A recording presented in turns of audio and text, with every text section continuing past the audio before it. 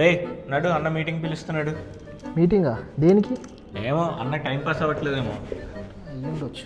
చూడండి, ఒక ఇంపార్టెంట్ విషయం డిస్కస్ చేయడానికి మిమ్మల్ని మీటింగ్కి పిలిచాను.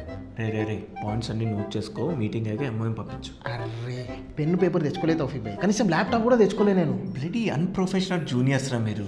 కొంచెం కూడా సీరియస్నెస్ ఉండదన్న వీళ్ళకి. Hello, can we have some seriousness here? House keeping వాళ్ళకి చెప్పనా తీసుకురమ్మని? ఏం తీసుకురమ్మని చెప్తావు? సీరియస్నెస్ అన్న. Will you please shut up? ఈ మీటింగ్ ఎందుకు పిలిచానంటే చైనాలో మళ్ళీ ఏదో కొత్త వైరస్ స్టార్ట్ అయిందంట, దాని గురించి డిస్కస్ చేయడానికి పిలిచాను.